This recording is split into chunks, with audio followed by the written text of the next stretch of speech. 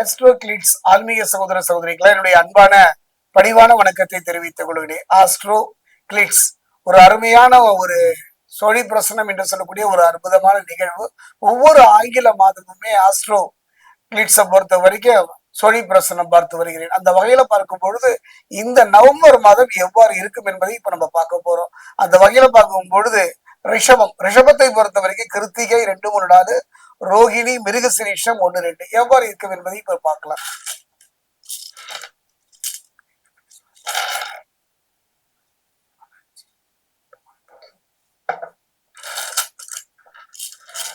ரிஷபத்தில் இருந்த கிருத்திகை 2-3 நாள் பார்த்தோம். அடுத்தது பாத்தீங்கன்னா ரிஷபத்தில் இருக்கக்கூடிய ரோகிணி,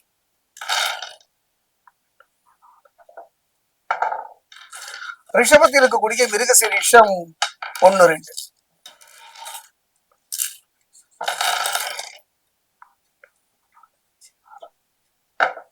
ரிஷபராசி ஆன்மீக சகோதர சகோதரி, இந்த நவம்பர் மாதத்தை பொறுத்த வரைக்கும் இது செய்யலாம், இது செய்யக்கூடாது என்ற ஒரு நிகழ்வை செய்தாலே போதும்.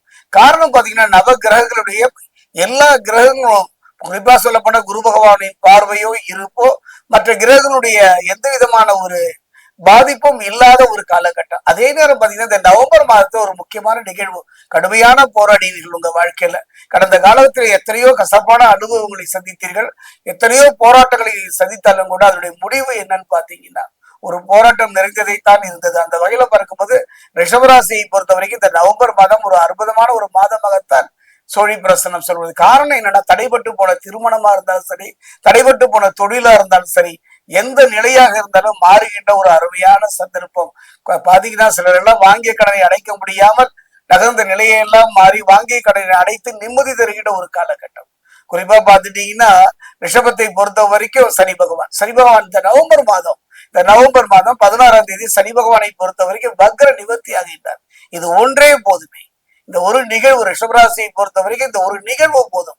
காரணம் என்னன்னு பாத்தீங்கன்னா சனி பகவான், அதாவது இவன் மாதிரி கொடுக்கிறவன் யாரு, இவன் மாதிரி தடுப்பவன் யாரு என்று பார்த்தோமானால் ரிஷபத்தை பொறுத்த வரைக்கும் இது வரைக்கும் லாப சனியாக இருந்தார். இதுவரைக்கும் லாப சனியாக இருந்து அற்புதமான பலன்களை தந்தவர் திரும்ப பாத்தீங்கன்னா அவர் கர்ம சனியாக மாறினார். கவலையே பட வேண்டாம். என்னுடைய அனுபவத்துல லாப சனியை விட கர்ம சனியில வெற்றியை நோக்கி நகர்ந்தவர்கள் எல்லாம் அது நல்ல திருமண யோகம், பிள்ளைகளுடைய படிப்பு, பொருளாதாரத்துல ஒரு நல்ல முன்னேற்றம் இருக்கும். சிலரெல்லாம் வெளிநாட்டு போகணும்னு ஒரு கனவுல இருந்திருப்பாங்க. அந்த கனவு மெய்ப்படக்கூடிய ஒரு அருமையான சந்தர்ப்ப சூழ்நிலை. அதாவது யாரை நம்புவது, யாரை நம்பாமல் போவது என்று ஒரு காலகட்டத்துல கலங்கிய நீங்களுக்கு அந்த நிலை மாறி தெளிவான முடிவை எடுக்கக்கூடிய ஒரு அருமையான சந்தர்ப்பம் செவ்வாய் உங்களுக்கு தருகின்றார். செவ்வாயை பொறுத்த வரைக்கும் புரிந்து கொள்கின்ற ஒரு காரகத்தன்மை உடையவர். அந்த செவ்வாயும் துணை இருப்பதால், சனியும் செவ்வாயும் துணை இருப்பதனால அருமையான ஒரு மாற்றம். குருவின் பார்வை இல்லையே என்றெல்லாம் நீங்கள் கலங்க வேண்டாம். கலத்திரகாரகன் என்று சொல்லக்கூடிய சுக்கிரன் இருப்பதனால கணவன் மனைவிக்குள்ள ஒரு அந்யோன்யம், கணவன் மனைவிக்குள்ள ஒருவர் புரிந்து கொள்கின்ற ஒரு தன்மை. கணவன் மனைவி மட்டுமா, பிள்ளைகளும் பெற்றோரும் ஒருவர் புரிந்து கொண்டு வாங்கிய கடனை அடைப்பதற்கான அருமையான சந்தர்ப்பம் இந்த காலகட்டம். சனி பகவான் வக்ர நிவர்த்தியும் இந்த நவம்பர் மாதமே நடைகின்றது. அது மட்டும் கிடையாதுங்க, தெய்வ பலம், தெய்வ பலம், மனோபலம் என்று சொல்லக்கூடிய 3 பலமும் ஒரு காலகட்டத்துல நீங்க இழந்து விட்டீர்கள். கடுமையான போராடிய உங்களுக்கு அந்த 3 பலத்தையும் சேர்த்து தரக்கூடிய ஒரு அற்புதமான ஒரு நிகழ்வு, ஒரு அருமையான ஒரு பரிகாரம் சொல்கிறேன். பரிகாரம் என்று சொல்வதை விட இந்த காலகட்டத்துல, அதாவது கர்ம சனி காலகட்டம். காரணம்னா சனி பயிற்சிக்கு இன்னும் கொஞ்சம் காலம் இருக்கு. அப்படிப்பட்ட சனி நிவர்த்தி ஆனாலும் கூட சனிமையினுடைய முழுமையான நற்பனை பெறுவதற்கு காலம் இருந்தாலும் கூட அருமையான சந்தர்ப்பம். நீங்க செய்ய வேண்டியதுன்னா நவம்பர் மாதம் 17ஆம் தேதி இந்த பாரத தேசத்துல நதிகளும் தெய்வமாக விளங்குகிறது. அந்த வகையில கங்கைக்கு ஈடான ஒரு நதி நம் தமிழகத்துல காவிரி.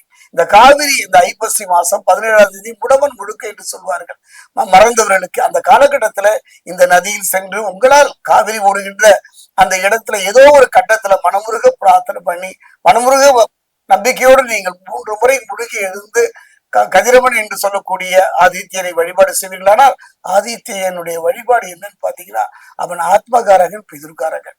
அதாவது அப்பா பிள்ளை இருவருமே உங்களுக்கு நற்பலை தரக்கூடிய அருமையான மாதம் இந்த நவம்பர் மாதம். அதே நேரம் கர்மசனியாக இருப்பதனால திருத்தணி அருகே இருக்கக்கூடிய பாதசனீஸ்வரர் ஆலயம் சென்று அந்த ஆலயத்திற்குரிய சனி பகவானை நாமே தொட்டு நாம் கை கொண்டு நல்லெண்ணை கொண்டு அபிஷேகம் செய்யலாம். அதையும் செய்வீர்கள். ஆனால் நவம்பர் மாதம் பொன் வைக்கும் இடத்தில் பூ வைக்கின்ற மாதிரி ஒரு அற்புதமான செயலை தரக்கூடியது.